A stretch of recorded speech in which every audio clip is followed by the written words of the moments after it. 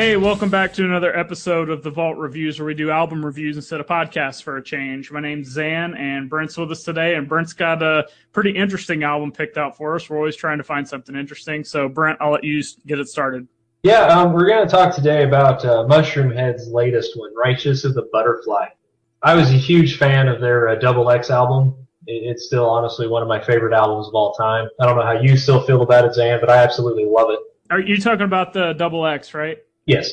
Yeah, it's weird. I've kind of looked back because I was trying to look up some news and notes on this album as I was reviewing it, and I can't believe that album came out. I think it's 2001 or 2002. Man, time flies. But that first album, or this is not their first album, but that album, it was kind of in the middle of that new metal phase, and I kind of knew what I was getting when I got it. But when I got it, I was actually kind of blown away because it's not what I expected at all. No. There was a lot more kind of experimental noise, and there's heavy. Sure, there was heavy stuff, and it's metal, but then there was a lot of other just really weird stuff that I didn't expect. But with this album, there's still a little bit of that, but some of it's good, some of it's not so good. But I'll let you give your thoughts to start it. Yeah, before we get too far into this, I do want to mention one of the vocalists, Jeffrey Nothing. I think his name's actually like Jeff Hatrix or something like that. Yeah. Mm-hmm. His wife actually has been diagnosed with stage 3 colon cancer. Oh, wow. Yeah, I didn't know that until I was doing some other research and stuff today. They've actually got a GoFundMe page, so if anybody can go help out, they seem pretty decent people and everything. She's 29 years old, I guess, and, colon cancer. It's not good. There's a lot of stories and stuff about it on Facebook. They're holding a benefit concert, I think this week, maybe next week, somewhere up in Ohio, which is where they're from. So, that's kind of a messed up thing. And that ties into part of this album, actually, for me. The name Righteous and the Butterfly, I know we don't normally do this on albums, so, I'm sorry if this is weird. But it was actually named after two people who were very close with the band who died. That's interesting. I didn't know that. One of them was actually one of the guitar players. The J.J. Righteous is actually one of which Righteous. And then the other one was one of his girlfriend or something. I didn't get it written down. But anyway, so that's, there's some good stuff behind that. Not good stuff, but there's a good reason for the name, which I thought was kind of interesting. As far as the album goes, this is the first one with J-Man back full-time on the album since, 13? Yeah, I think so. And in all honesty, I enjoyed the 13 album. I picked up Save Your Sorrow, which was the next one, and I absolutely didn't like it, which I think was the first one they actually had Waylon. And I just didn't like the style at all. The next one I didn't even bother listening to, so I couldn't even tell you if it was good or not, to be honest with you. But from the very first song of this album, it becomes very apparent J-Man is back. Yeah. Mm-hmm. And that is a very, very good thing. This album does have some problems. One of my main ones is, if you know Mushroomhead, they do a lot of, this album has 3 vocalists. Yeah, and is this the first time that they did the 3 vocalists on this album? Because I don't ever remember hearing it before. I thought it was just the 2. Yeah, it's always been the 2. And then, like I said, J-Man left, and they picked up Waylon. And now J-Man's back, so they still got Waylon and Jeffrey and now J-Man too.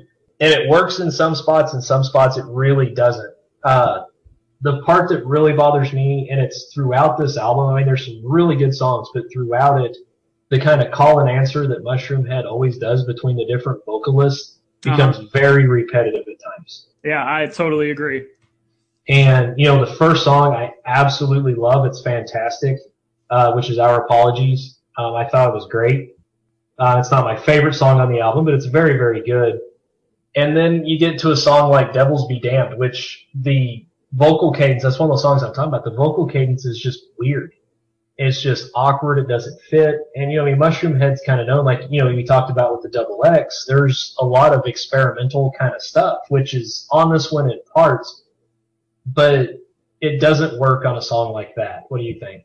Yeah, I actually really liked that song as a whole, and I think I liked the kind of weirdness to it, but For the most part on this album, that's exactly how I feel. There's a lot of spots in this album where the vocals are excellent. Using the three different vocalists at the same time and intermittently is really good. And then there's other times where it's like the cheesiest thing I've ever heard in my life.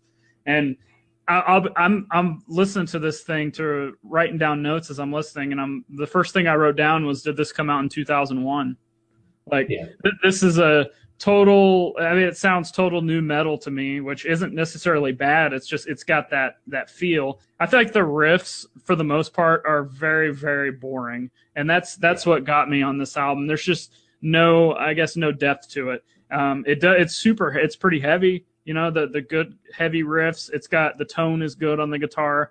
The production is really good on this album. It's very clean, but that's something for me, it might just be me that, I'm all about the riff that kicks you square in the nuts. And there's not many on here that did. Sure, it was heavy, but it was just very, very repetitive. Musically, vocals, everything I thought was pretty repetitive. So what else? Well, and even songs like, Childlike, which has Just Mike from 10,000 Cadillacs, and if you guys which had some super original vocals, like that was part of it. It's super cool because it's different. But then and then you get the baby laughs throughout, and at first it's like, okay, that's different, and then by the end of the song, which, I mean, it's a short song, it just, the baby laughs kind of annoyed me. Exactly. Yeah. More than anything, and it's like, okay, one or two I get, but it's kind of, there's too much there. And like I was saying, that features Just Mike of 10,000 Cadillacs on guest vocals with that. If you guys haven't checked out 10,000 Cadillacs, I actually like that better than a lot of the Mushroomhead stuff. And that stuff's kind of very hard to find, so if you can get a chance to check all that stuff out, be sure to do so.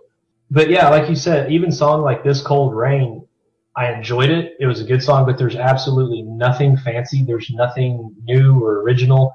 It's just very punchy is the best way I can describe it. I mean, it's heavy and it's there. Really the only song that did anything, like guitar-wise and riff-wise that was just different was Son of Seven, where there's actually like some like soloing and stuff on there, which kind of blew me away with Mushroomhead. I wasn't expecting that. And there was another song, We Are the Truth, that starts out with that really funky guitar sound at the beginning. Do you remember that one? Yes. See, I absolutely love that song. I liked everything about that. That is everything that's great about Mushroomhead.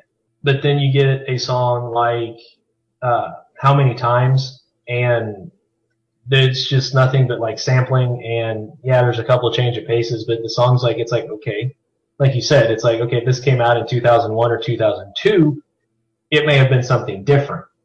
Or even after, 13, it would have been something. So I don't know. Do you have anything? Yeah, I mean, I could just keep going. Like, I think, this sounds more like it's a new metal album, and the Double X album sounds like it should be now. Like, it's way more original, and it has a lot of the sampling in it, like what you said, but there's a different, I don't know, the style of the sampling and the sounds they use were definitely more interesting, I guess you could say, on the Double X. As to this, it's just kind of like, okay, you pulled something offline. You just pulled a loop out of a dance track or something and put it on here. As where on the other one, it was kind of a, I don't know, seemed dark 80s synth pop kind of stuff that I thought was really cool. So what about it? Why did they cover that Adele song? Like, rumor has it. Like, I have no idea why they did a cover of that. It's terrible, though. On my notes, I actually wrote LOL. And not there bad. you go. There you go. And they honestly, it's not bad as far as like a metal band covering an Adele song. It's actually not awful, but to me, it was humorous. And I'm assuming that's probably why they did it, was just the humor about the whole thing. So yeah, I mean, it was just kind of weird. However, you have a song, and I'm just going to go into my favorite songs on it. I absolutely love QWERTY. That was the first song I heard, and it's one of those songs that there's literally like 5 lines of lyrics is all there is. I mean, it's not an overly complicated song. I absolutely love the lyrics. I don't know if you checked those out or not, Zan. I figured you would appreciate some of them. I didn't really pay that much attention, but of course, I don't really listen to a lot of lyrics. I mean, it's kind of weird when I do pay attention, but this album, if you start checking into the lyrics, and maybe this is part of what's drawn me into it, there is almost like a revolutionary tone to everything, and I do mean like politically revolutionary, and that kind of draws me in. I kind of tend to enjoy some of that stuff. And that's one thing that you will really notice with this album if you start digging into the lyrics. QWERTY is big with that. One of my other favorite songs is We Are the Truth. The guitar at the beginning of that just sells the whole thing for me. Our Apologies is great. And then Out of My Mind and For Your Pleasure, which is actually one of the other songs. It's a little bit different because it's like got a little bit of rap, it's got a little bit of piano, it's got a little bit of growling, and the lyrics again just, kind of sell the whole thing to me. And then there's the song Graveyard du Jour. I don't want to like it. For some reason I kind of do, and I cannot tell you why. I mean, it's kind of just, it's weird, it's awkward, it's strange, and nothing really fits. It feels like the timing's off, but yet it's tight enough you can tell it's on purpose, and I don't want to like the song, but for some reason I do. I only have one down that I really, really liked, and that's Son of Seven. I mean, it's a metal song through and through. Guitar's awesome. It's memorable. It's got that riff that I was telling you about that's memorable. I mean, I went back and listened to the song 3 times. Like, Nice. every other song, like I would listen to the song, and when it was over, I'm like, next. And then I got to this one, and I'm like, okay, I want to listen to it again. And I ended up listening to it 3 times in a row. Yeah. But I mean, that song alone is maybe worth checking this album out for. But that's really all I had. The rest of it was very. I'm not going to say bad because, like I said, there's a lot of super heavy riffs, and the production's really good. But nothing just stuck with me other than what was that song Childlike with those vocals. So yeah. The other thing for me, and something to be aware of, I mean, I recommend checking this album out. The one thing to keep in mind is with every song, and the more you listen to it, the worse it actually gets. Not the quality of the album, but what I'm getting ready to say, the build up to like the heavy J-Man parts is very predictable throughout almost every song. You know exactly. I mean, it's almost like, one of those like hardcore breakdowns. Yeah. And I mean, it's coming. I think that's why I didn't really care for this album as a whole, because it's everything about it just gets so repetitive the deeper you get into it.